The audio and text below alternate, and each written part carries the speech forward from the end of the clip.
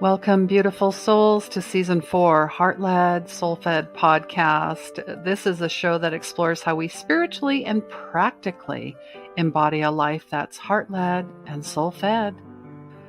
Many of you know I went whole food plant-based almost a year and a half ago, and part of that is incorporating a strong, healthy mind, body, and soul. So upgrade your body with nutrient-dense supplements that are organic, non-GMO, and not tested on animals. Message me for your $25 gift card. 360-degree wellness begins by building a self-care kit. You can begin that with a dream journal that I curated, a gratitude journal, and my book, Intuition Saved My Life. Plus lots of other beautiful heart-centered conscious products. Episode 257 welcomes Paul Weeden all the way from the UK. He'll be joining us live and talking about how we can live and be authentic on purpose. I guide empaths and old souls to overcome anxiety, unworthiness, and overwhelm, to unleash their gifts and find their purpose.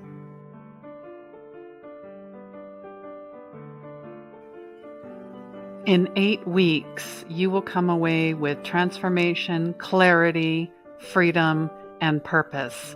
Unleash Your Magic is now open. Unleash Your Purpose is 1 year of the ultimate transformation within a group experience. Isn't it time to love yourself? Looking for your soul tribe? Well, you found the place. Our Soul Healers community is welcoming you on the path towards your best life in this lifetime. Learn how to heal with Usui Reiki. I teach level 1, 2, and master, as well as animal Reiki. Guess what? You're psychic. I'm holding a beautiful masterclass all about learning how to open up your intuitive, innate gifts. Replays can be found anywhere you watch your favorite videos or listen to your favorite podcast. Please like, subscribe, and follow, and join us live every Wednesday, 3 p.m. Mountain. And to find the latest and greatest events, happenings, contests, and more, check out my new website, christine.gold.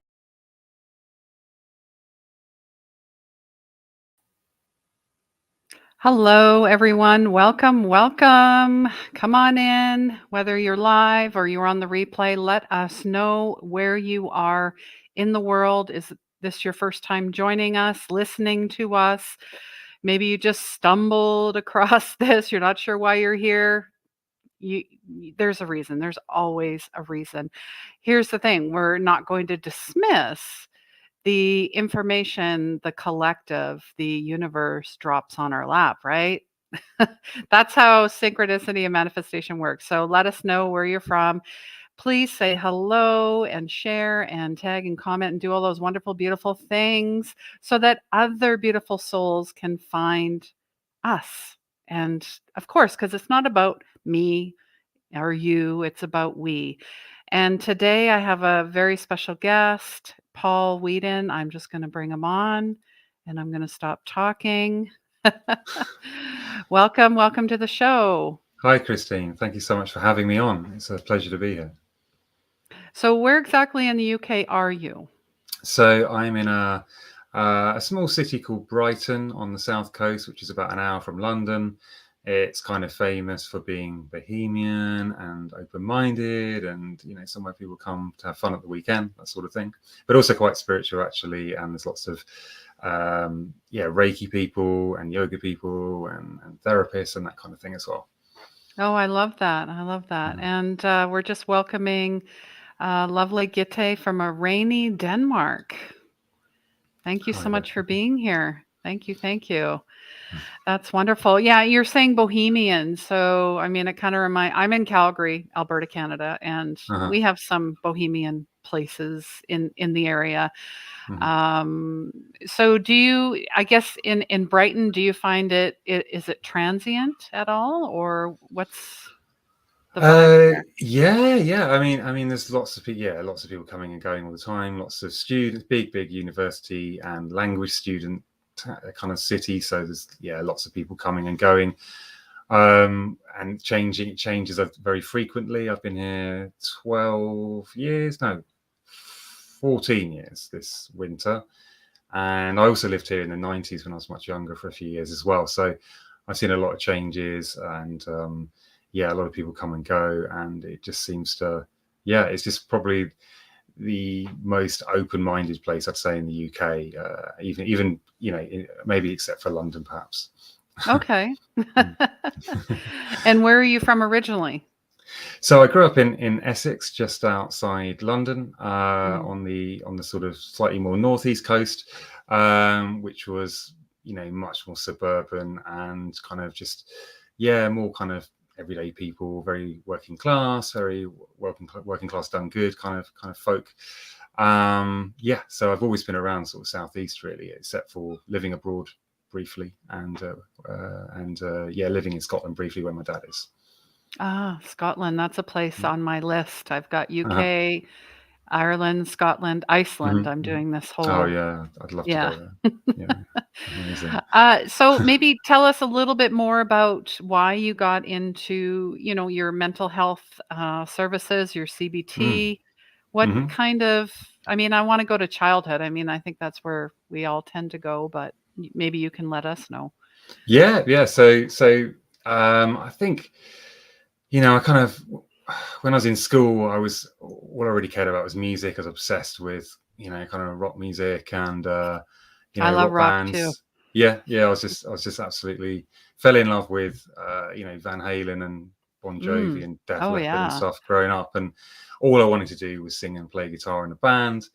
And I actually got sort of pretty close to it when I was very young. I was only 16, 17. Um I was in a local band in a town called Colchester, and we were playing all over the southeast and London, everything. We weren't even old enough to be in a lot of the places we were playing, and I got to perform with some of the ex-members of Iron Maiden and some bands like Dogs D'Amour and a guy from American band White Lion, and Oh, wow. and just I was really really young, and it was all I really thought, this is my life, this is going to happen. And then the kind of grunge scene kind of came along as I was reaching my late teens. I didn't really know how to kind of adapt to that. A lot of my friends kind of went off kind of hard rock, and I thought I'm going to get into kind of kind of electronic music, rave music, and do something else. And I just kind of, my parents were like, yeah, you've had a really good go at that, but maybe you should get some other skills under your belt and keep doing your music. And it was that kind of 80-20 kind of thing where I was jumping around from job to job, career to career, kind of hospitality, fashion, and lots of other things, web design at one point, all kinds of things, but not really feeling much. Everything seemed to be much more about money. And I think if I'd had a coach or a good therapist at the time, I would have kind of perhaps steered towards getting more music knowledge, more theory, more music business, more production, which I have done later in life, over the years. But I kind of lost my my sort of dream a bit, lost my way a bit, until in my 30s I was getting into self-development, kind of off the back of, I guess, bouts with sort of some mental health stuff like depression, and just not feeling kind of good about my day-to-day life. And I got into people like Wayne Dyer Oh, and yeah. He's my Neil. favorite. Absolutely, yeah. Neil Donald Mm. Walsh. I was a big fan of all his books. Doreen Virtue, I read all her books, loved all that. And and that just kind of led me towards, I suppose, meditation and more kind of self-development workshops. And then it just came to me one day as an idea that I think I'd met some counselors and therapists and stuff on some of these workshops I was doing, and was just like, I think I'm going to give that a go. It just seemed really clear that was my next thing. So around sort of early 30s, cutting on, what is it, like 17 years now or something, I started sort of training to be a sort of counselor, therapist, and clinical supervisor, and then coach, and working with the body and coaching and that sort of thing into my 40s really. Wonderful. Yeah, it's very interesting that you're musician. I think that's fantastic. Thank you. I was holding a supermoon ceremony with the Lionsgate last night, and we were talking Wow. about, yeah, we were just talking about, the energy and how people are like, they were asking me what channeling was. And I said, it's intuitive writing. It's all the same. I said, and you don't have to Mm. channel a being from the No. 400th dimension. You just channel your higher self. And then I Yeah. said, musicians are probably the biggest channelers. Right. Yeah. I mean, I think if they're making music authentically and they're not writing for Simon Cowell or someone like that, then which is much harder to do it if you're working for someone Boo. like I'm that. sorry. Well, I mean, if you are working for them, I'm it's going to just be really hard. teasing. I'm just teasing. I'm Not just that I would really, work I for him. mean, kind of channeling Simon there. Anyways, Yeah. Yeah. in the early days, he was quite mean. And now I think, well, I feel because he's had children have kind of his son. Anyways, that's a whole other story. But yeah. We could And digress. we Yeah. were talking about the tones, the healing tones of music. It's just not Oh in yes. Yeah. Yeah. today's music. It is all Yeah, pre yeah, 80s. well, the ancients, and knew a lot more about frequency, and although I believe Nikolai Tesla did as well, and he did quite a Oh, lot on yeah. frequency and vibration and tuning instruments to the closer to the Schumann resonance, and I think what's known as the solfeggio tuning, which is something I've explored a little bit myself. Yeah, so all of that's really, really fascinating, isn't it? The idea that we're all frequencies and made of vibrating particles, everything, and music is as well, and I think that's pretty fascinating. It is. I mean, science is just catching up to what Eastern philosophy has known for thousands of years, right? 100%, yeah. Yeah. So I guess what's your purpose? Do you feel it's right now? Yeah, so I suppose if I could maybe explain a bit about how I got to that. Yeah, so over the last kind of 15 years or so, I've been working for various organizations as a mental health counsellor, and yes, in schools, for the National Health Service for a few years, in private practice, working with a lot of professionals in London, like lawyers and people in finance and all of those big institutions, and found out that even people who have these great careers and earn lots of money, they have similar problems in many ways to people kind of who don't have that. And what I realize is most of them, they're doing things either for money or because they feel that they have to. Often I found out they don't really have hobbies that they do anymore, or much kind of going on in their personal life that's really really sort of meaningful to them. So yeah, sort of over the years, I've kind of helped so many people from all different ways of life, all different backgrounds, to kind of guide them and help them, support them towards doing more things, even if it's just in their free time, even if it's just what they do at the weekend with their families and friends, rather than just everything being about work, really. Yeah, no, I get that. As I'm sure we're both entrepreneurs, right? Sometimes that's all that we is our work. But we find when we're pushing too much, we're doing and we're not being. And even Yeah. if you're taking moments of rest and especially play and just letting go, like just getting outside, you receive, I don't know about you, but I receive so much inspiration, so many clearings, so many ideas. And it's Absolutely, yeah. important to especially be creative, I find as well, because it's very healing, as amongst other things. I mean, because if you're not living joyfully, having fun, play just to play, then I get it. You get led astray. I've been there. I was on that corporate hamster wheel, and Yeah, exactly. I mean, when we're young, it's very easy, isn't it, to kind of have fantasies and imagine, I'm going to be an actor, I'm going to be an athlete, or whatever it is, and just over time, we get gradually steered towards, societal's expectations of us, cultural expectations, family expectations, friends, and before we know it, I always think it's a bit like a gym membership. In the new year, everyone signs up to a new gym, and best of intentions, they go 3-4 times a week for a while, and then over time they gradually find more and more reasons every week, every day, to go less and less, and after a while they're not going there hardly at all, and they're still paying for it. And I think often with work and careers, it's like that. We sort of get steered towards it's just about money, just get through the day, and then just go and do something else to forget about it. You watch Netflix, drink some alcohol or something, or whatever it is, and be distracted basically from yourself, from your life, rather than sort of go into it and say, well, look, what do I really want to do in the next 5 minutes? What do I really want to do in the next day, in the next 5 days? And I think if we start practicing doing more things in our free time that are meaningful, then over time we'll align with ideally a career that is more meaningful and purposeful for us. And if not, then at least we could put more, perhaps, sort of passion into what we're doing, even if it's not, if we know we have to do something because we've got lots of bills to pay and family to feed and all that, which is, I totally understand. Then we can just decide, well, I'm going to give it 100% or as best I can, and just make the best of my free time, and then work towards something perhaps more authentic and purposeful in the future. Absolutely. I mean, children. I mean, I work with a lot of people in healing their inner child.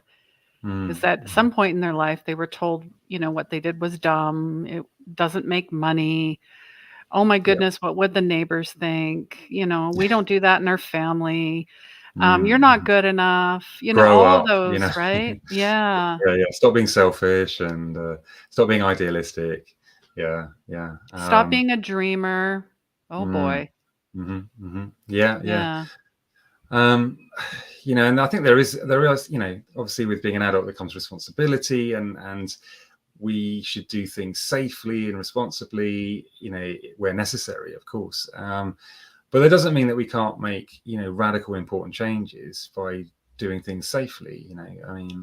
But often there are these underlying assumptions, these black and white thinkings that people have, that I just can't do that until something else happens, or I can't do that right now because whatever reason. And just over time, it just gets harder and harder to get back to who you really want to be. And often I think we sort of look back, or we might look back when we say 90, and we're not going to say, I wish I spent more time just making money for the sake of it. We're going to say, I wish that I spent more time doing what I really, really want to do, what I really, really wanted to do with my life. And now it's kind of too late to do a lot of those things. Absolutely. And it really comes down to our beliefs. I always say they're BS. Our belief systems are BS, because they become our feelings, and then they turn into our actions, and then we get our results. And we love to talk ourselves out of things. So where do you think that comes from? Well, I think it kind of often starts with parents. Obviously, the first people that we come in contact with, and they, most of the time they're well intended, and they just want us to be safe. They just want to not have to worry about us, be stressed about and worried about how we're getting by every day. They want to know that we have security and stability, and we all want that for our family and friends, of course.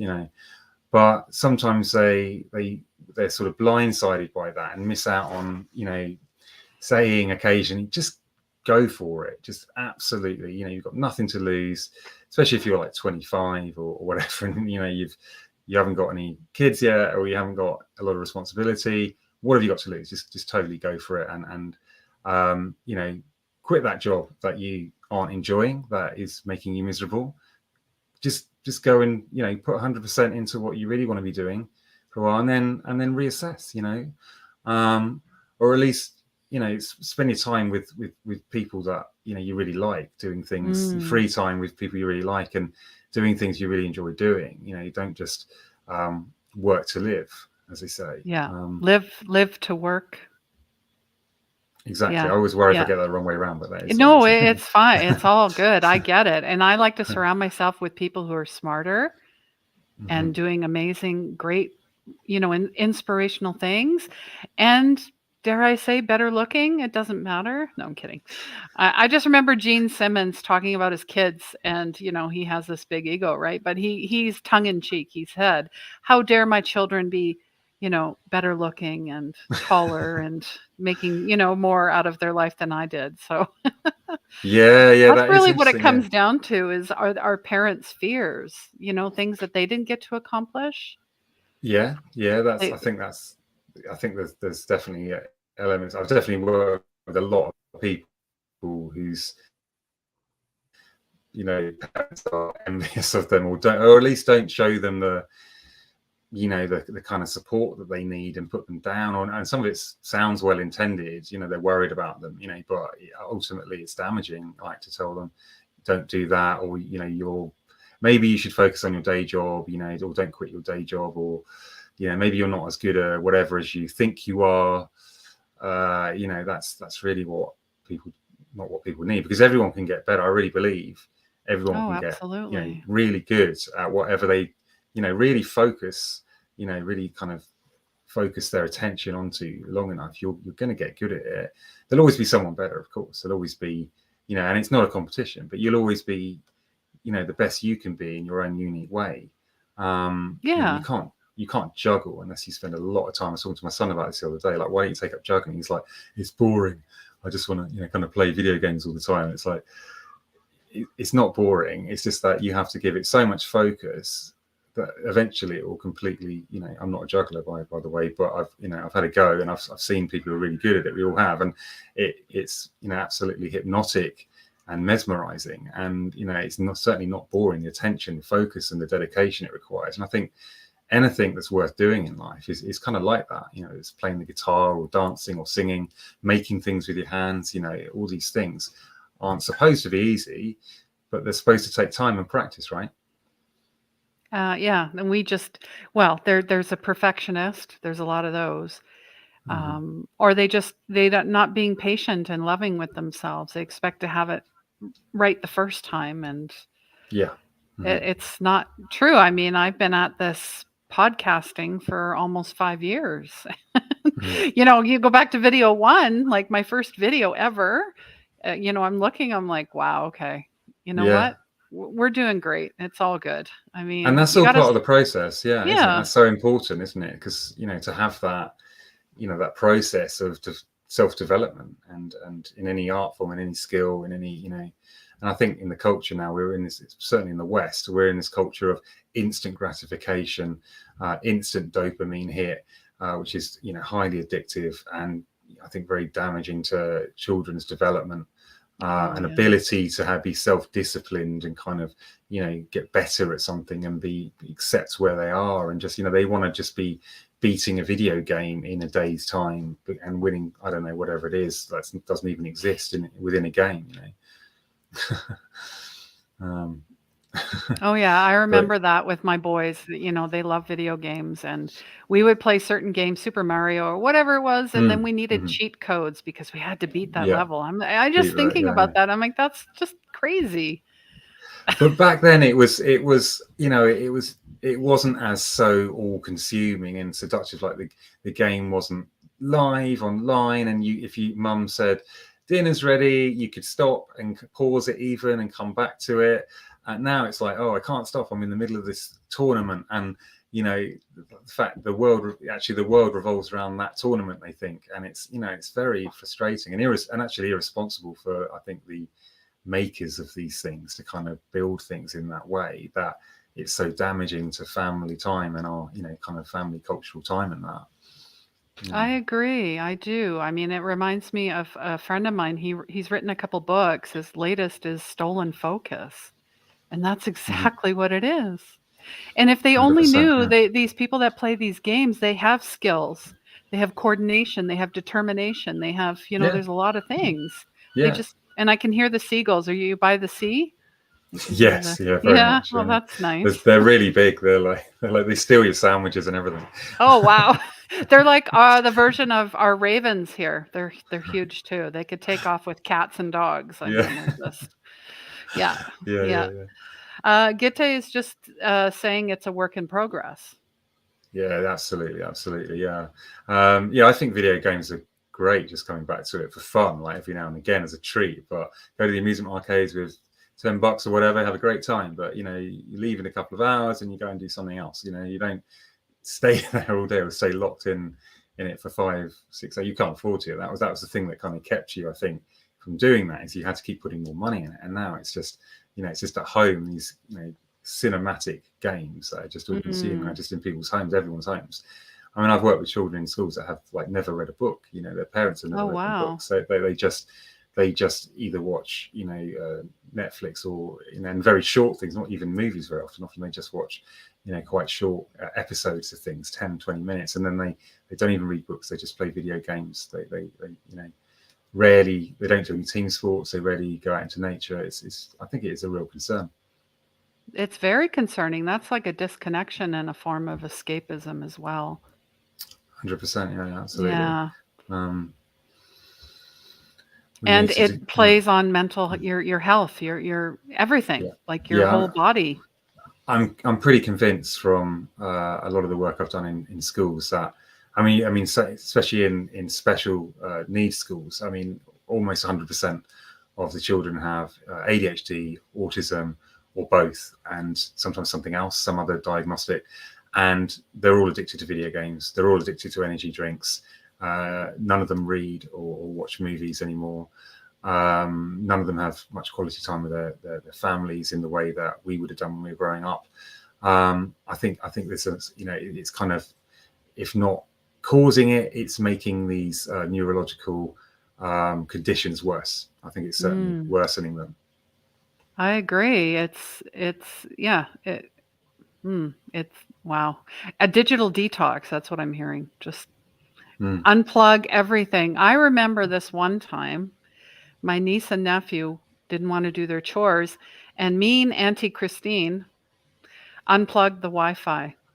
Well, I Yeah, never yeah. seen 2 kids move any faster. You would never Going, heard the "Where's end the of it. Yeah, Wi-Fi? I can't get yeah, online." And I 100%. anyways, Yeah, I was, the wicked witch of the West. I yeah, don't yeah, care. yeah. I don't care. It's the Anyways, worst punishment for them, isn't it? Like that's what they're working towards. I've said to my son, if you can do anything in your free time that's suitable for your age, but it's got to be have some meaning to it, and it's got to be out there with others, or at least taking photographs or making something, or if you don't find something that you have some passion for, um, some love for, that you're sort of developing, then you're not going to have a computer in the future. I'm not going to, and that's something I don't want to do. I don't like being all or nothing. I like I think the middle path, which I think comes back to perhaps Buddhist kind of philosophy, is where possible the best, isn't it? If we can walk the middle path and enjoy something but not be overly stimulated and not be overly dependent on it, that's ideal. If you can't, then you should knock it on the head. Yeah, but agreed, before you agreed. do that, you should really try, if you enjoy something, to enjoy it sensibly.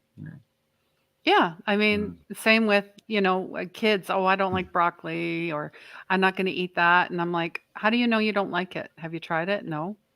I Yeah, I would challenge yeah. them. I'd be like, "No, you have to try it first." Hmm. Anyways, Or they try um it, with a sort of the mindset of, I'm not going to let myself like this, and it's just kind of like, and then I Oh, don't, yeah, and yeah, that's the other. Yes, yeah, it's "I'm gonna prove you wrong." yeah, yeah, yeah. They're good at that, the little ones. Oh, Yeah, they are. They're always testing boundaries and pushing. definitely, I get definitely. it. I get it. Gitte, yeah, very important point from Gitte. Lack of grounding. I mean, that's part of getting outside, hugging a tree. I mean, I just saw Yes, this yes, massive dragonfly go by, and I'm always looking for yes, signs or yes. messages. But that's just how my mind works. Absolutely, yeah. I mean, just there's nothing better than reconnecting with nature for your own, well-being and therapy. I think it's one of the strongest things.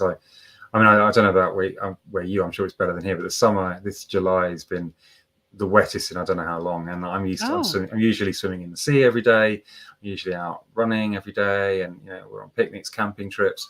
And I'm really hoping it's going to improve, because that does affect my mood. The seasonal, The seasonal affective usually happens in the winter, not the summer. yeah, it's happening for me in Hmm. July. It's happened in July at the moment, which I'm a bit down about, but it will get. I know it always gets better, but it's dragging now. Come on, like we've had sort of 10 degree, not 10, but maybe 13-degree mornings on like quite a bit this month. Wow. Which is Okay. very cold. Yeah, we're close to the Mm. mountains, so, like today it'd be 31. It's been really warm here, but then it drops down to 11 overnight, so it gets, because that's that mountain, it swings high and then it swings low. So, Wow, yeah, yeah. wow, Mhm. awesome. So who are your favorite types of people to work with? Is it children? Is it corporate? Who? Yeah, so that's a great question.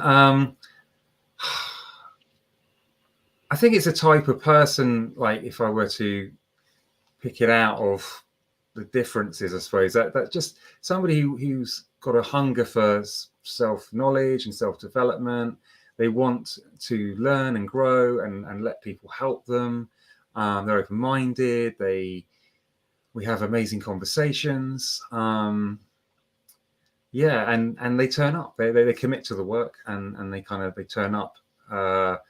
And do the work, and they work hard, and I love that feeling of working with people. They work me hard, they work hard. We get fantastic results in often quicker than we expect. They come back and have something else they want to kind of do next. But often I'd say often they're creatives. Often they are, as adults, they're often professionals, and they're often in a really great profession in a way, and that's one time they've probably really loved it, and they're now kind of experiencing frustration, sometimes burnout, sometimes they're off work, so they kind of got to a point where they're having time off work perhaps, and they're at a point where they really are at crossroads, and they really want to to kind of focus and commit to kind of going in some new directions really, and changing some lifestyle habits. And I mean, one of the people I spoke to this week, a guy who, with another podcast, I think, called Lifestyle is the Medicine. I think that's called. And I love that, because I've thought that for like quite a few years. I've never actually like quite said it out loud, because I thought, well, it might not be, but I think it is. I'm pretty sure it is. And over time, I'm like, it definitely is. Like the more you do in your life that you love and is meaningful and enjoyable, or at least brings you something that has some purpose. And even if you don't love it, even if it's more of a chore, but there's some jewel, some gem in there for you further, deeper Mhm. down, then you're going to feel really alive, and you're going to get up every day feeling like, what am I doing today? You're not going to keep pressing snooze like I've done for years, and like many people I talk to do. Just keep pressing snooze and going to bed as late as you can to get the most out of the day, because you sort of have this misguided illusion that by staying up later you gain more the next day, rather than losing more the next day. And actually you're just a zombie. You're just walking around feeling terrible and in a bad mood and don't want to do anything, don't enjoy anything, you're just half asleep. But I did that for years, and live to regret it, and realize, actually, why not actually go to bed earlier than you need to, or start to get ready to. And that's one of the things I talk to people about a lot, is sleep hygiene. So start preparing for Mm. bed an hour or so before you actually want to be asleep. Meditate, stretch, yoga, breath work, reading something that's gentle, or listening to some really gentle music, and then just fall asleep feeling really blissful, and wake up at 6 a.m. feeling pretty damn good and ready to get up, and excited about, what am I doing this morning? What am I going to do? Get some exercise, eat some good food, send some meaningful emails, have some great conversations. Yeah, I mean, that's, to me, seems like a much better way of living than going to bed late, getting up late, jumping out of bed, jumping in a shower, not even having anything to eat, jumping on a train or a bus, grabbing a cup of coffee and spilling it all over you on the way, running into some office or workplace, covered in coffee and sweat, feeling terrible, like I used to do. Yeah, we've Late as all well. done that. And Your coffee spills, the whole day is ruined. Oh, yeah. all over your shirt and like sweat everywhere and just and it's like you're late No, that's again. important about the sleep. Mm, Is your home a place, a sanctuary? Is your bedroom set up for success? Meaning, is absolutely, it yeah, yeah. cool? Is it Mm, comfortable? Is it mm, inviting? If it's not, then make it hmm. how you want it. If you can't Definitely, shut your mind off, what do you yeah. suggest for that? Because people will be like, as soon as I put my head in the pillow, my mind is going. Yeah, so I think for me, it's more about the build up to that, and so I think often when people tell me that, if you start to examine what they did before that, often there's things like they were still answering emails and work calls at 8, sometimes later in the evening, or doing some work related tasks. So they haven't actually stopped working. They're at home and they've had a meal perhaps that they've barely noticed and Yeah. barely spoken to their family, and they're half still in a conversation with somebody who's somewhere else in the world. And then they've watched something overstimulating, Mm. murder or series or some massive drama. They might have played video games. They've probably had some coffee or maybe too much alcohol. Um, and then they just kind of, and then, they kind of just got into bed and just expected to kind of be tired. And it's like, Yeah. well, you're overstimulated and your brain's still saying, what about this? What about this? What about this? So often I talk to people about having a journal and a diary for things you put down for tomorrow morning. 7 a.m. I'm going to do this. I'm going to send this person an email. I'm going to address this. So then you put that out of your mind. I'm going to, perhaps have some light exercise when I get up. So you start planning the next day. I'm going to eat something delicious. I'm going to have some nice fruit and a little bit of coffee maybe to get me going if you like that, but not too much. And so yeah, it's kind of like, I think it's like being more organized and actually taking out what Intentional. intentional and exactly, and taking out what you don't need. You don't need to be stimulated by mainstream news or any news actually late in the evening, especially if it's bad news, Oh, which the it usually news. is. News stands for Yeah. never evolving with spirit. I don't subscribe to Oh, I it. love that. Yeah, absolutely. So yeah, never evolving with spirit and just like taking in a load of, sort of negative information and fear that doesn't really matter right now whilst you're trying to get ready for bed anyway. No, And most of it you can't do anything about anyway. that's right. So put it aside for maybe, when you need a bit, it's not saying don't know anything about the world or don't ever watch the news. Of course, if you enjoy watching the news, but do it mindfully and do it at a more sensible time of day, perhaps, maybe on your lunch break or something like that, or sometime when you don't need to sleep afterwards. So I think habits and meaningful habits are really, really important to kind of cultivate.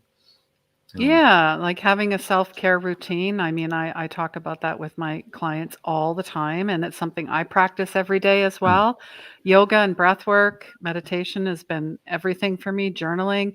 And then I like to pull cards. And these mm, are affirmation mm, cards. mm. I am powerful. I love that. I Yeah. am happy. Mm-hmm, So that's mm-hmm. about going back to gratitude. So if you can pick just one thing and then start Yes. building up and then Yeah, saying yeah. it to yourself, and it Mm, just mm, becomes who you mm-hmm, are, and catching your old beliefs and thoughts as mm-hmm. well. I feel that's really Definitely. important. Yeah, I mean, I must admit, it's definitely something I need to get better at. Is that kind of positive affirmations, either writing them down. And I mean, for a while, I was doing this thing from a book called The Artist's Way. Oh, that's a Um, beautiful book. I've Beautiful book. read it. Yeah, I've yeah. played with it. Um, Yeah. it's I can't remember her name in this moment, but Julia Cameron, I yes, believe. thank you. Yeah. Yeah.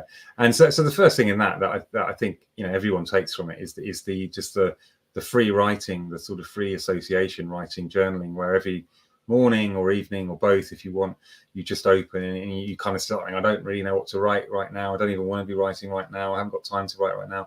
Oh, but actually now I feel like saying this. And over time, you just start to get everything out of your system that is holding you back, your sort of unconscious beliefs, your shadow traits, what you believe about yourself and others, what conversations people had, you can just write out. And when he said this or she said that, I felt, and I should have told them where to go, whatever it is.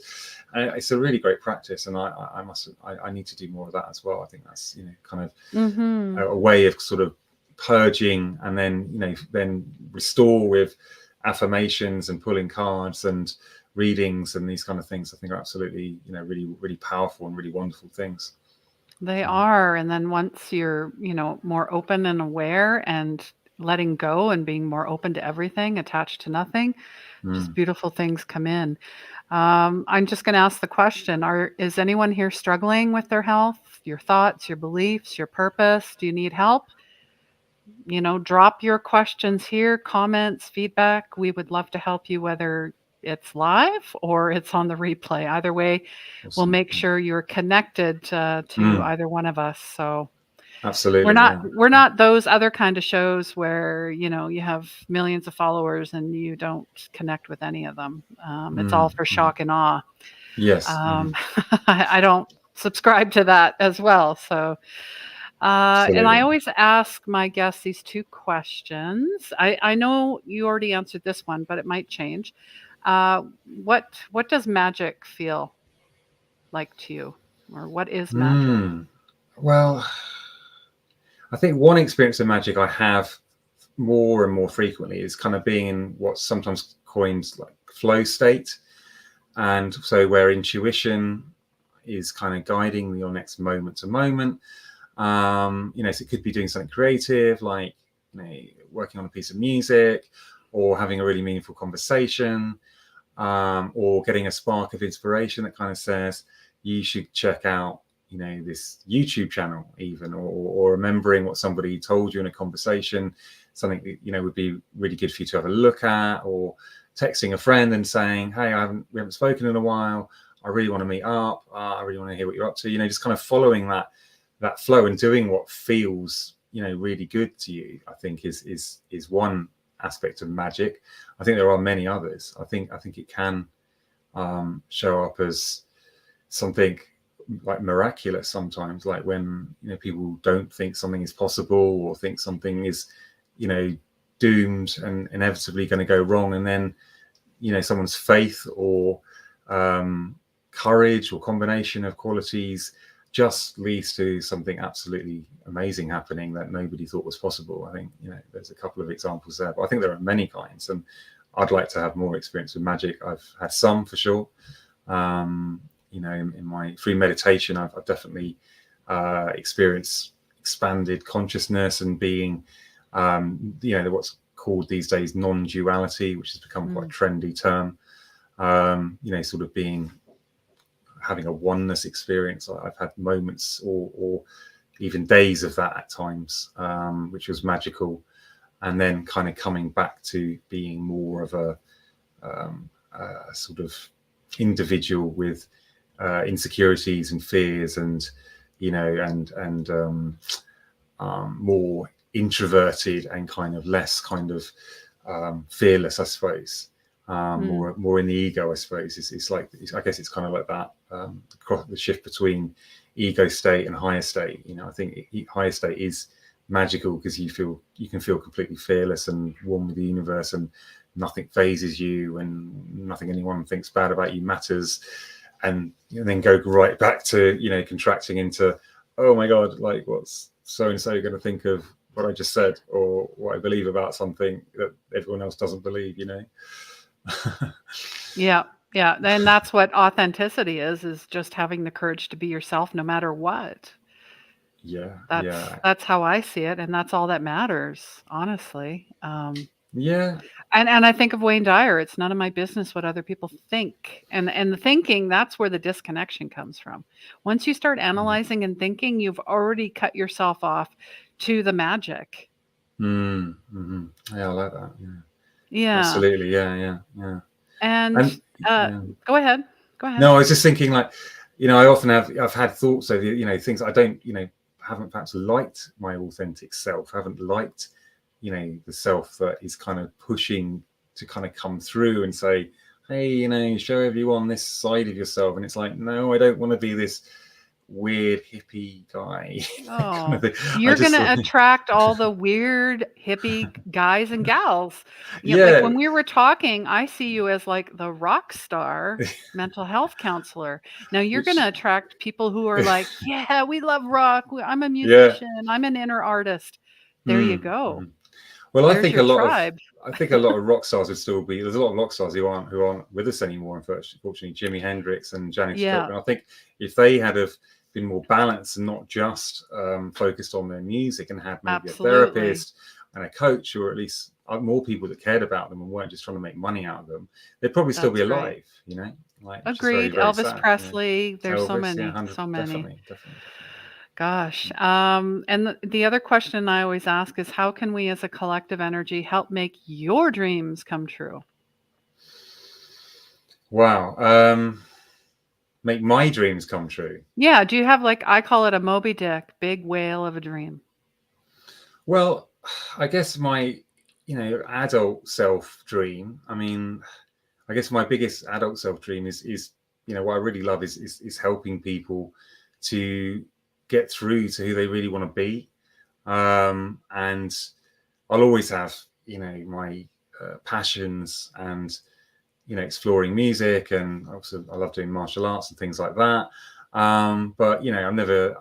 That's not my focus in terms of kind of being a professional in that way that I used to when I was in my early 20s. Now I want to just make music for myself really, and for those that love music that I love to make and love artists that I love. That's great, but I don't really mind so much if people don't like what I do. I've kind of come to terms with that. But yeah, my main kind of passion and dream is kind of helping people to kind of align with who they really want to be and help them to not make some of the mistakes I made when I was younger, or at any age really. It's never too late to kind of line up and make a commitment to yourself to be more real and like kind of Hmm. just get through that fear of what others think, or what you even think about your how things might not work out. Why not just do it anyway? And then when you look back, you can say, well, I really gave that a really good chance, and actually I loved every moment. And even though I didn't get the outcome I really perhaps imagined from my maybe ego self, I've got an amazing outcome, and it's the outcome I was meant to have, because that's where I am now. Yeah. Beautiful. Beautiful. So you want to help people, but what does Paul want? I want the Like, world to, well, what do I ultimately want? I want the world to, connect and yeah, get aligned with themselves and each other and spirit, and stop focusing on difference and nuance and identity. Not that there's anything wrong with identity. Identity is great, but if that's all we're focusing on and we're obsessed with it to the point of this is who I am and you're not that, and therefore we can't be connected, I think that's a really sad thing. And what I really like, that's what I really like doing, is helping people to kind of get closer to their authentic purpose. And I've got this ebook hmm. that I'm putting out, this free ebook that's kind of about helping people to kind of start doing things in their life that's really meaningful to them. So read read stuff that's going to help you grow. Pay attention to people who know more than you. Have mentors. Have philosophies that are you can get really into. Do a practice with your body, a dance, a martial art, acting, whatever, anything Hmm. that brings your body and mind together. Play chess, sing, make stuff, do stuff with people, connect, play sports. That's what I really really want to do with my life, is really helping people to do that, and then spend the rest of my time having a great time with my friends and family, doing things I love to do because I love doing them. And they make people happy, and they make me Wonderful. happy. Yeah, and there is a free e-guide, 6 steps to live a more authentically on purpose. So I've dropped that Awesome. in the comments and in the description. So you Thank guys you. have it there. You're welcome. And Gitte is just she's noticing your, well, I think it's a plant. In Danish, I guess it has a nickname, mother-in-law's sharp tongue. Is it? I think it's aloe. We call it aloe. I think it's an aloe plant. I don't know which one. I'm not very We good at call it a plants. snake plant. Do you? Isn't it? Has it Yeah. got three Isn't it? names, and Yeah, it's all probably these got more interesting names. names. Wow. Snake, alley, and sharp tongue. Interesting. Do you know what? It's the only plant that doesn't die without loads and loads of attention in my basement flat where there isn't a lot of sunlight. It's a hardy plant. Yeah. It is very hard. Yeah, those are fantastic. And plants are, they just add beautiful energy to a space as well. So, Definitely. yeah. Yeah. Well, Well it was thoughts. wonderful connecting with you today, Paul. And if you want to get a hold of Paul, I've left all the information there. Mind Body Counseling and Coaching. You can check that out on Yes. Facebook Awesome. and Yeah. on the Mhm. website. Mm. And any last words before we say goodbye? Yeah, so if you enjoy the ebook and you enjoy the newsletters that come with that and the workbook that comes after that, you can book a one-to-one with me to kind of get to know each other a bit better and focus on if we had a magic wand, what would your ideal life look like? And Mm. we'll explore some of the things maybe you used to want to do and some of the things maybe you've only just decided you might like to try, and look at maybe what are some of the realistic kind of barriers that may stand in your way, maybe your perceived barriers even that may stand in your way, but maybe they don't stand in your way. Maybe you just feel that they do, and we'll break down those. And we'll, if you wanted to, we'll put together a little course of work for you to kind of get where you really want to be. That's kind of the goal, really. So yeah. Beautiful. Well, thank you so Awesome. much for joining us. I really appreciate you.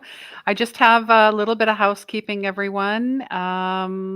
If you're not familiar, I've been holding a free Authentic Connections via Zoom the first Saturday of the month, which is coming up this Saturday at 11 a.m. Mountain.